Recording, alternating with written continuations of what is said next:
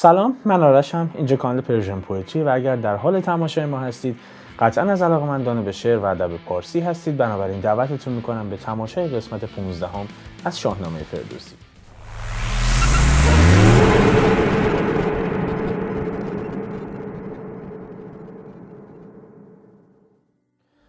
رسیدیم به قسمت 15 و طبق معمول اگر 14 قسمت قبلی رو مشاهده نکردید لینک پلیلیستش رو این بالا براتون قرار میدم که حتما مشاهده بفرمایید، از این جهت که در اواسط داستان پادشاهی هوشنگ هستیم و اگر پست‌های قبلی رو مشاهده نفرمایید شاید متوجه نشید که از کجا به اینجا رسیدیم. و اما قسمت پایانی پادشاهی هوشنگ، خاطرتون اگر باشه اولین پادشاه کیومرث بود. پس از اون سیامک فوت میکنه، دیو او رو به قتل میرسونه و هوشنگ به همراه کیومرث میرن و انتقام دیو رو میگیرن. کیومرث میمیره و از این جهت که عرض کردم فرزند او یعنی سیامک به دست خرورای دیو کشته شده بود. نوه او یعنی هوشنگ به پادشاهی میرسه. خدمات هوشنگ رو در پست قبلی عرض کردم خدمتتون، یه 20 بیتی رو با هم خوندیم. مهماش این بود که او تونست آتش رو در حقیقت کشف بکنه که چگونه میتونه به آتش برسه از برخورد دو سنگ، و پس از اینکه آتش رو کشف کرد تونست از دل سنگ آهن رو بیرون بکشه و آهن رو استخراج بکنه. و از اینجا به بعد میپردازیم به ادامه این داستان. در پست قبلی تا بیت 23 رفته بودیم که اگر خاطرتون باشه به این نقطه رسیدیم که هوشنگ به واسطه کشف آتش یک جشن بزرگ برپا کرد و یک کوه از آتش درست کرد، همه رو گرد اون آورد و اسم این جشن و نام این جشن رو سده گذاشت که دلایل هم رو عرض کردم خدمتون. یکیش این بود که 100 روز از آغاز زمستان بزرگ گذشته بود، روز 10 بهمن. یا دلایل دیگرش میتونه این باشه که زمان بهره برداری از غلات بود. مفصل صحبت کردم راجع به این موضوع، به پست قبلی ارجاعتون میدم، حتما مشاهدهش بفرمایید. و پس از این آتش رو کرد قبلگاه مردمش، از این جهت که این نور رو یک فروغ ایزدی میدونست، یعنی یک نور اهورایی میدونست، یک درخشندگی خدایی میدونست. از همین جهت شما نباید زردشتیان رو آتش پرست خطاب بکنید، بدین دلیل که اونها این آتش رو نمادی از خدا میدونن و یکتا پرست هستن. این فروغ رو یک فروغ ایزدی میدونن. علی ای حال، پس از کشف آتش تونست به وسیله آتش آهن رو استخراج بکنه و میرسیم به بیت 24. چو بشناخت آهنگری پیشه کرد، از آهنگری اره و تیشه کرد. چو این کرده شد چاره آب ساخت، ز دریا به هامونش اندر بتاخت. به جوی و برود آب را راه کرد، به فر کیی رنج کوتاه کرد. چراگاه مردم بر این برفزود، پراگندن تخم و کشت و درود. برنجید پس هر کسی نان خویش، بورزید و بشناخت سامان خویش. بدان ایزدی جاه و فر کیان، ز نخچیر گور و گوزن ژیان. جدا کرد گاو و خر و گوسپند، به ورز آورید آنکه بد سودمند. بدیشان بورزید و زیشان چرید، همی تاج را خویشتن پرورید. ز پویندگان هر چه مویش نکوست، بکشت و ز سرشان برآهیخت پوست. چو روباه و قاقم چو سنجاب نرم، چهارم سمور است کش موی گرم. بر این گونه از چرم پویندگان، بپوشید بالای گویندگان. برنجید و گسترد و خورد و سپرد، برفت و جز از نام نیکی نبرد. بسی رنج بردن در آن روزگار، به افسون و اندیشه بیشمار. چو پیش آمدش روزگار بهی، از او مردری ماند گاه مهی. زمانه ندادش زمانی درنگ، شد آن رنج هوشنگ و باهوش و سنگ. نپیوست خواهد جهان با تو مهر، نه نیز آشکارا نمایدت چهر. بریم برگردیم تحلیلش میکنیم.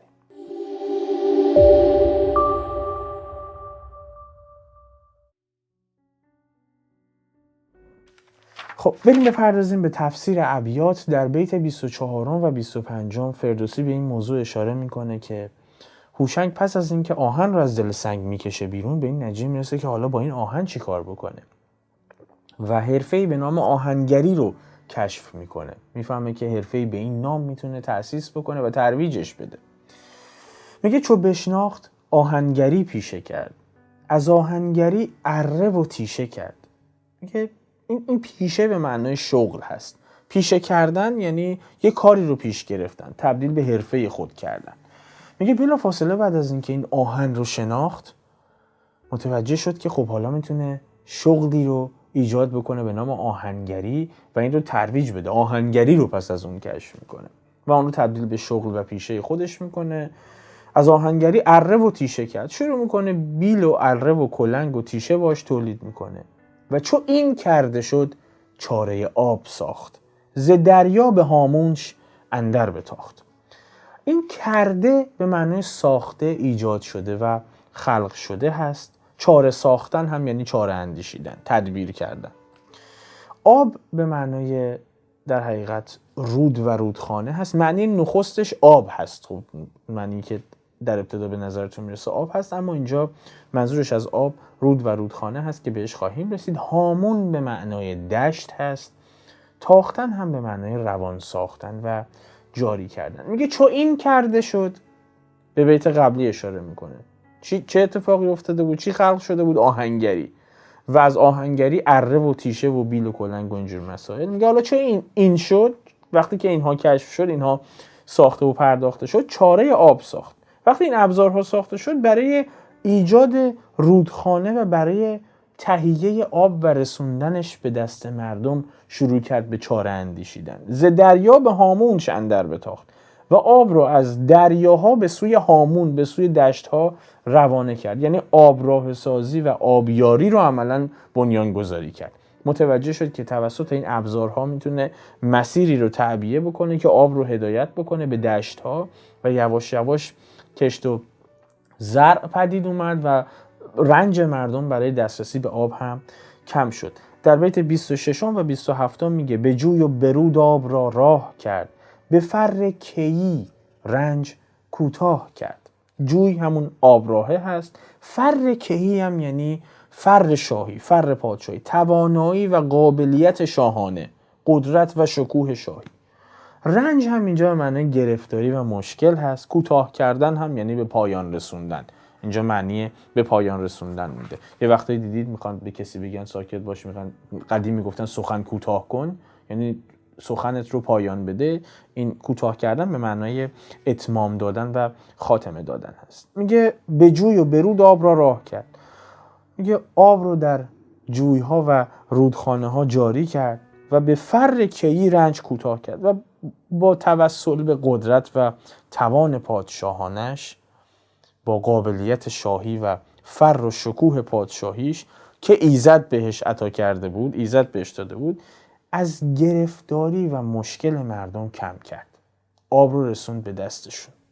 چراگاه مردم بر این برفزود، پراکندن تخم و کشت و درود. پراکندن درسته، پراگندن هم درسته. در نسخ اصیلتر پراگندن ذکر شده، درسته هست. چراگاه، ببینید چرا از مصدر چریدن هست، گاه هم پسوند اسم مکان هست. این رو در نظر داشته باشید چون در شاهنامه بسیار بهش برمیخورید. یعنی گاه وقتی پشت یک کلمه میاد ممکنه به عنوان پسوند اسم مکان اومده باشه. بنابراین چراگاه یا چراگاه میشه سبززاری که دامها ازش تغذیه میکردن. جای کشت و زرع غلات هم قاعدتاً میبود. چراگاه مردم اینجا مجازاً میشه مزرعه، چون اونجا کشت و زرع میکردن. برفزودن هم یعنی زیاد کردن. پراگندن هم یعنی پاشیدن و پخش کردن. کشتن یعنی همون کشت کردن، زراعت کردن. درودن هم یعنی درو کردن همون چیزهایی که کشت کرده بودن. بنابراین کشت و درود یعنی زراعت و کشاورزی. میگه که ساختن کشتگاه رو هم یعنی زراعتگاه رو هم به این کارها اضافه کرد که پیشتر بهش پرداختیم، یعنی جاری کردن آبها به سمت هامون و دشت، و شروع کرد به بذر افشاندن و کشاورزی کردن. این رو یاد مردم داد. در متون پهلوی هم این بنیان نهادن قانون و آیین دهقانی که ایرانی ها رو همه رو دهقان نژاد میدونن اگر به گذشته و به تاریخ برگردید، به همین دلیل که ابتدا کشاورزی رو شروع کردن، اشاره شده که در متون پهلوی هم این بنیان گذاردن آیین دهقانی و کشاورزی رو نسبت دادن به هوشنگ و برادر هوشنگ. در بیت 28 و 29 میگه برنجید پس هر کسی نان خیش، بورزید و بشناخت سامان خیش. رنجیدن اینجا صرفاً به معنای رنج کشیدن نیست، به معنای زحمت کشیدن، کار و کوشش کردن هست، یعنی کسب منفعت به وسیله تلاش و کوشش کردن. نان اینجا صرفاً به معنای نان نیست، مطلقاً یعنی غذا، خوراک. ورزیدن مهمترین کلمه این بیت هست که در نظر باید داشته باشید. هر جا در شاهنامه ورزیدن رو دیدید، همه جا به معنای هیکل ورزیده نیست و ورزشکار نیست. ورزیدن اینجا از برزیدن میاد، از برزگر میاد. اسم فاعلش میشه برزگر و برزگر هم به کسی میگن که زراعت میکنه، کشت و زر میکنه، عملا کشاورز هست. به معنای کوشیدن هم هست، تلاش کردن. سامان هم که اینجا ازش صحبت کرده به معنی نشانه گذاری و حد و مرز کشیدن روی زمین هست. وقتی میگن چیزی شکل و سامان یافت، یعنی قاعده‌ای بالاخره برقرار شد. حالا عرض میکنم خدمتتون. اینجا میگه برنجید پس هر کسی نان خویش، یعنی بعد از این اتفاقات بود، بعد از اینکه آب به دشت جاری شد از سمت دریاها و او یاد داد به مردم که چه شکلی زراعت بکنن، پس از این بود که هر کسی خوراک خودش رو با کار و کوشش خودش به دست آورد. برنجید، هر کسی زحمت کشید، پس هر کسی نان خویش، به واسطه این تلاش و کوشش نان و غذا کسب کرد. بورزید و بشناخت سامان خویش. بورزید عرض کردم از برزگر میاد، یعنی هر کسی کشاورزی کرد و پس از این بشناخت سامان خویش، حد و مرز کشتزار خودش رو، کشتگاه خودش و مزرعه خودش رو مشخص کرد و پیدا کرد.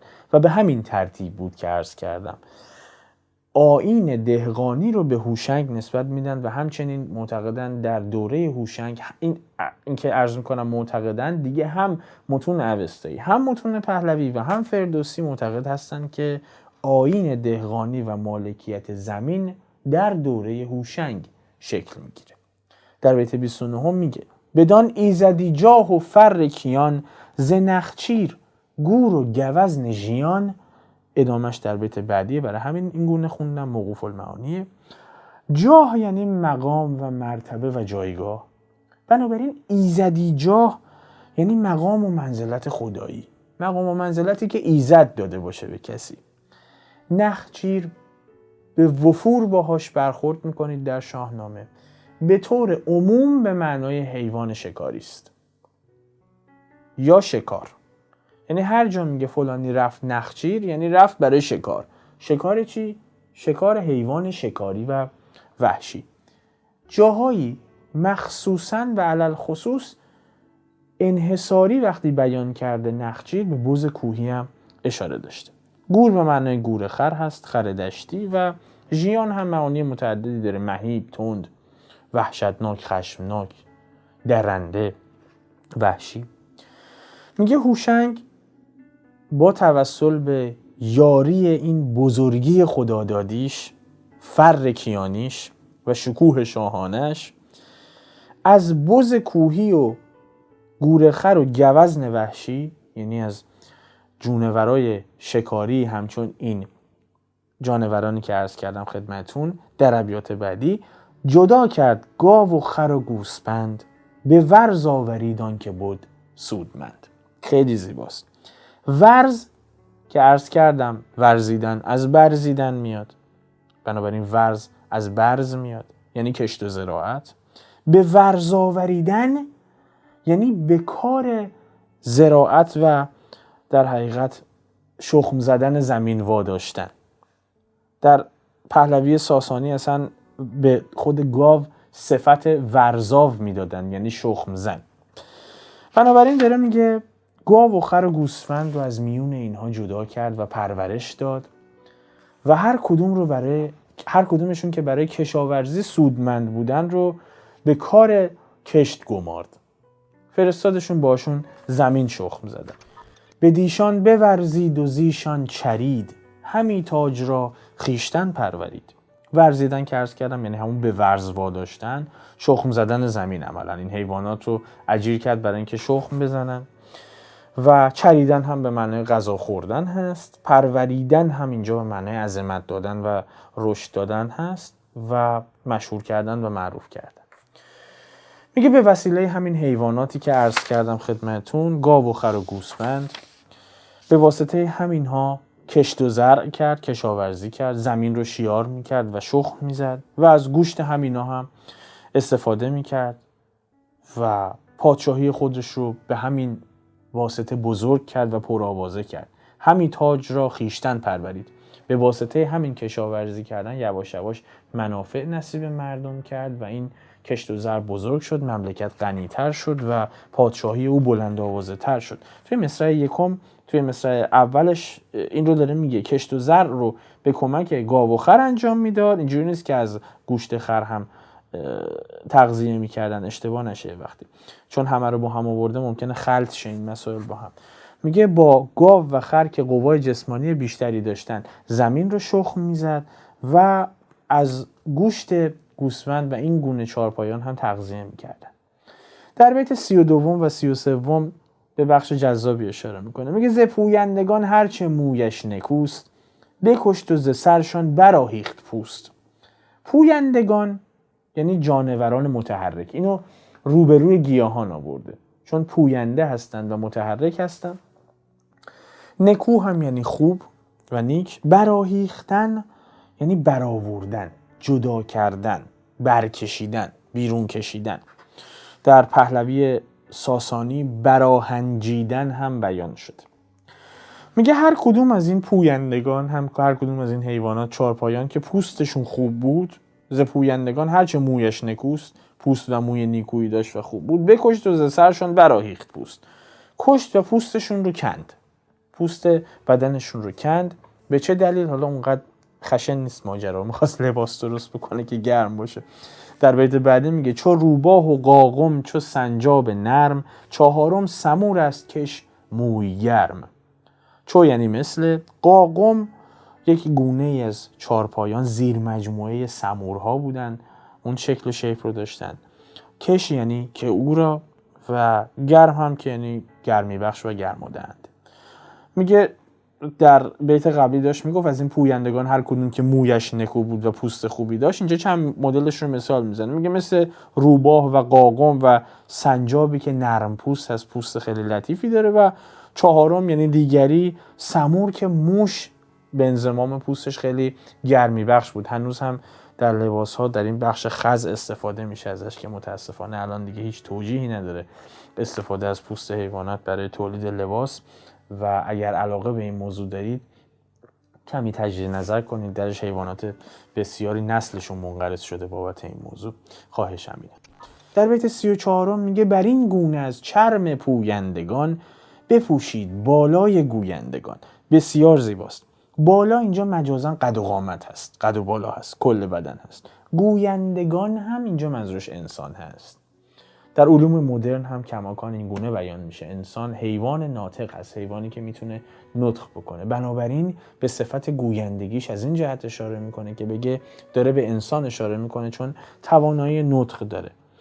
میگه اینجوری بود از اینکه ز پویندگان هر چی که موش نکو بود و پوست خوبی داشت رو جدا کرد، ازش لباس گرم درست کرد. در اپیزودهای قبلی وقتی داشتیم به پادشاهی کیومرث اشاره میکردیم عرض کردم که پوشش رو اونجا تعیین کرد. یعنی کیومرث بود که متوجه کرد بشر رو، به عنوان مثال اساطیری هستین در داستان ها که بشر باید پوشش داشته باشه، نباید عریان باشه و خب از برگ و پوست حیوانات پوشش براشون درست کرد. اینجا اشاره میکنه به اینکه هوشنگ رفت بدین سمت که یواش یواش حیواناتی رو پیدا بکنه که پوستشون گرمابخش باشه و لباس گرم تهیه بکنه. بنابراین یه اختلاف ریزی داره. کیومرث به پوشش پرداخت و هوشنگ یه مقدار این رو در حقیقت پخته تر کرد و دنبال لباس گرم بود برای مردم. از این جهت میگه بدین گونه بود که هوشنگ از پوست جانوران رونده و درنده، حالا هر کدومشون که پوست گرمابخش و موی گرمابخش داشت، بر پیکر انسان این حیوان ناطق سخنگو لباس پوشوند. برنجید و گسترد و خورد و سپرد، برفت و جز از نام نیکی نبرد. رنجیدن که عرض کردم به معنای کار و کوشش کردن هست، مشقت و سختی بر خود دادن هست. گستردن به معنای عطا کردن و بخشیدن هست. خوردن اینجا یعنی گذران عمر کردن، نه صرفا به معنای خوردن، یعنی سپری کردن، در نعمت و رفاه زیستن. رفتن اینجا به معنای مردن هست، درگذشتن. نام به معنای شهرت و بردن هم به معنای دستاورد و یافتن. میگه برنجید و گسترد و خورد و سپرد، یعنی هوشنگ کوشید و از دسترنجش، از داراییش، از چیزهایی که کشف کرده بود به مردم بخشید. هم کشت و زر رو بهشون یاد داد، هم حرفه آهنگری رو بهشون یاد داد و در رفاه زیستن رو به اونها آموخت و گیتی و هر اونچه رو که به دست آورده بود و ساخته بود واگذاشت، کنار گذاشت، از خودش به جای گذاشت و مرد و به جز نام نیک هم از خودش چیزی همراه نبرد. جز نام نیک براش باقی نموند. برنجید و گسترد و خورد و سپرد، همه این زحمت ها رو کشید، هر آنچه که کسب کرده بود رو به مردم یاد داد و به مردم بخشید و سپرد دستشون. برفت، مرد و جز از نام نیکی نبرد و به جز نام نیک همراه خودش نبرد. محبوب بود، بسی رنج بردن در آن روزگار، به افسون و اندیشه بیشمار. افسون به معنای حیله، فریب و سحر و جادو هست، اما اینجا به معنای چاره و تدبیر هست. به هر حال چیزایی که کشف کرده بود و چاره هایی که اندیشیده بود، آبی رو از دریا به سمت هامون جاری کرده بود، خودش یه چیزی برای مردم اون زمان در حد سحر و جادو و ترفند به حساب میومد. بیشمار هم که یعنی فراوان. میگه هوشنگ در اون روزگار بسیار چاره‌جویی کرد و بسیار تدبیر کرد برای آباد کردن گیتی و جهان و اون مملکتی که زیر دستش بود، ممالکی که زیر دستش بود، پادشاه جهان به حساب می‌آمد. رنج و سختی بسیاری کشید، تلاش و کوشش بسیاری کرد. چو پیش آمدش روزگار بهی، از او مردری ماند گاه مهی. من کلمه مردری رو بارها براتون واکاوی کردم. مردری خونده میشه، مردری هم خونده میشه. از مردریگ میاد، یعنی چیزی که از یک مرده باقی میمونه، ماترک و ارث و میراث. این پیش آمدن یعنی رسیدن و بهی یعنی نیکویی و خوبی. حالا روزگار بهی یعنی روزگار آسایش و آرامش. حالا چرا این زمان مرگ هوشنگ رو روزگار آسایش و آرامشش میدونه؟ در بیت قبلی عرض کرده بودم فردوسی گفته بود کل زندگیش رو درگیر بود. از لحظه‌ای که متوجه شد چه خبره، یه مقداری سن و سال پیدا کرد، به همراه پدر بزرگش کیومرث رفت برای خونخواهی پدرش سیامک و دیو فرزند اهریمن رو باش جنگ کرد و او رو به زمین زد و کشت. پس از اون بلافاصله پدر بزرگش کیومرث از دنیا میره و او به پادشاهی میرسه و لحظه هم که به پادشاهی میرسه درگیر مکاشفات متعددی بود. آهن رو پیدا کرد، کشف کرد، نمیدونم آتش رو پیدا کرد، شروع کرد رودها رو جاری کردن به سمت مردم و تمام دوران پادشاهیش در حال رنج و زحمت بود برای اینکه به مردمش خدمات بهتری ارائه بده. دقیقاً 180 درجه خلاف اتفاقاتی که امروز داره میفته. حالا بگذاریم ازش. و کل زندگیش رو داشت فکر میکرد و چاره‌جویی و تدبیر میکرد. بنابراین تازه زمان مرگش زمان آسایش و راحتیش بود. اینجا هم میگه چو پیش آمدش روزگار بهی، یعنی زمانی که تازه خوشی و آسایشش شد، زمان استراحتش فرا رسید و فوت کرد. از او مردری ماند گاه مهی. تخت شاهی، گاه مهی، تختگاه مهی و پادشاهی و رسم پادشاهی و شهریاری مثل ارث و میراث از او برای پادشاه بعدی باقی ماند. زمانه ندادش زمانی درنگ، شدان رنج هوشنگ با هوش و سنگ. راجب شدن که بارها صحبت کردم، یعنی رفتن، سپری شدن. درنگ هم یعنی زمان، مهلت و فرصت. میگه زمانه ندادش زمانی درنگ، لحظه‌ای که زمان مرگش فرا رسید روزگار یک لحظه هم بهش مهلت نداد. و شدان رنج هوشنگ با هوش و سنگ، و دوران اون همه رنج و کوشش بر این هوشنگ هوشمند با شکوه سپری شد. هوشنگ با هوش و سنگ عرض کردم یعنی باهوش و با سنگ، یعنی هم با فراست بود، هم با شکوه بود و هم هوشمند و باهوش بود. میگه لحظه‌ای که مرگ بهش هجوم آورد یه لحظه هم بهش فرصت نداد و این رنج کل این دورانی که او تحمل کرد برای اینکه به مردمش خدمات برسونه رو تموم کرد و با خودش برد.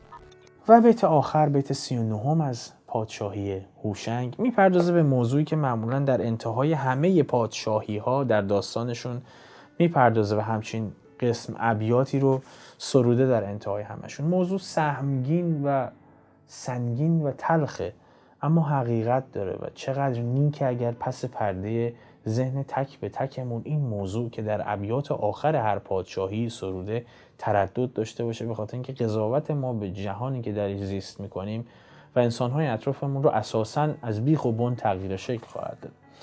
میگه نپیوست خواهد جهان با تو مهر، نه نیز آشکارا نمایدت چهر.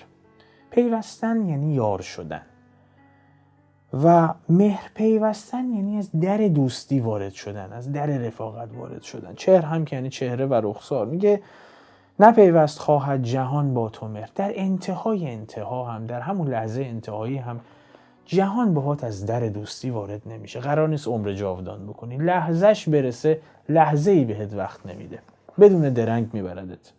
نه نیز آشکارا نمایدت چهر. حتی تا لحظه انتهایی هم چهره راستین و حقیقیش رو جهان نشونت نمیده. بنابراین همیشه در زیستمون باید انتظار غافلگیری از جهان داشته باشیم. ببینید، عرض کردم تماما این ابیات رو در پایان پادشاهی‌های مختلف ذکر کرده و میخواد به ما بقبولونه و این حقیقت رو عریان جلوی چشم ما به ما بذاره که جهان پایدار نیست. و اتفاقا همین شالوده فکری به خیام هم منتقل شده. خیام محور اساسی تفکرش ناپایداری جهان هست و این رو به وضوح شما دارید میبینید. یعنی این نمودار سینوسی زندگی پادشاهان رو نشونتون میده. یه لحظه در عرش هستن و یک لحظه در فرش و لحظه‌ای بدون درنگ زمان مرگشون که میرسه از بین میرن و هیچ کدومشون به غیر از نام با خودش، به غیر از صفت با خودشون همراه نمیبرن. حالا جلوتر میرسیم به ضحاک، کسی که صفت بدی با خودش برد، ماروردوش بود و ظالم به حساب می اومد، و صفت کسی مثل هوشنگ کیومرث که فقط نام نیک از خودشون بردن با تمام این خدماتی که به جهان ارائه داده بودن. البته داستان‌ها اساطیری هست، میپردازیم بهش از لحظه‌ای که تاریخ، یعنی تاریخ نگاری در شاهنامه یواش یواش خیلی دقیق میشه و از داستان‌های اساطیری فاصله میگیره. عرض میکنم خدمت. این بود پادشاهی هوشنگ که 40 سال بود و پس از این میپردازیم به پادشاهی طهمورث که در پست بعدی بهش خواهم پرداخت. اگر علاقه‌مند هستید به این محتوا و میخواید که اون پست رو هم از دست ندید، حتما کانال رو همین الان سابسکرایب بکنید و زنگوله کنارش رو بزنید. حتما اگر به این محتوا علاقه‌مند هستید لایک و کامنت بذارید. کامنت در حد یک ایموجی هم باشه کافیه، مهم نیست که محتواش، صرفا اگر سوالی ندارید و قصد کمک به ما رو دارید با یک کامنت، محتواش خیلی مهم نیست، از این جهت که تعداد بالای کامنت خیلی کمک میکنه به اینکه کانال بزرگتر بشه و پست ها برای تعداد نفرات بیشتری ریکامند و پیشنهاد بشه و به ترویج این در حقیقت شعرخوانی میپردازه و میانجامه و ممکنه کسی به این محتوا علاقه‌مند باشه و اصلا ندونه که همچین محتوایی داره تولید میشه و اگر اهل یوتیوب و دیدن ویدیو در یوتیوب باشه یهو بهش پیشنهاد میشه و این هم به ما و هم به جامعه‌ای که تشنه این گونه محتواست کمک میکنه. بقیه شبکه‌های اجتماعی ما هم که لیستش رو همیشه بچه‌ها این کنار براتون میذارن، لینکش رو در دیسکریپشن، هر کدوم رو که علاقه‌مند هستید میتونید بهش بپیوندید و از محتواش لذت ببرید. و اگر قصد همیاری با مجموعه پرژن پوئتری دارید، دو حالت داره: یا داخل ایران هستید که از لینک آیدی پی میتونید استفاده بفرمایید و یا بیرون از ایران که میتونید از لینک پیپل مجموعه پرژن پوئتری استفاده بفرمایید. همیاریتون رو به ما برسونید، به ما کمک خواهد کرد. با امید دیدارتون در پست بعدی. به سلامت.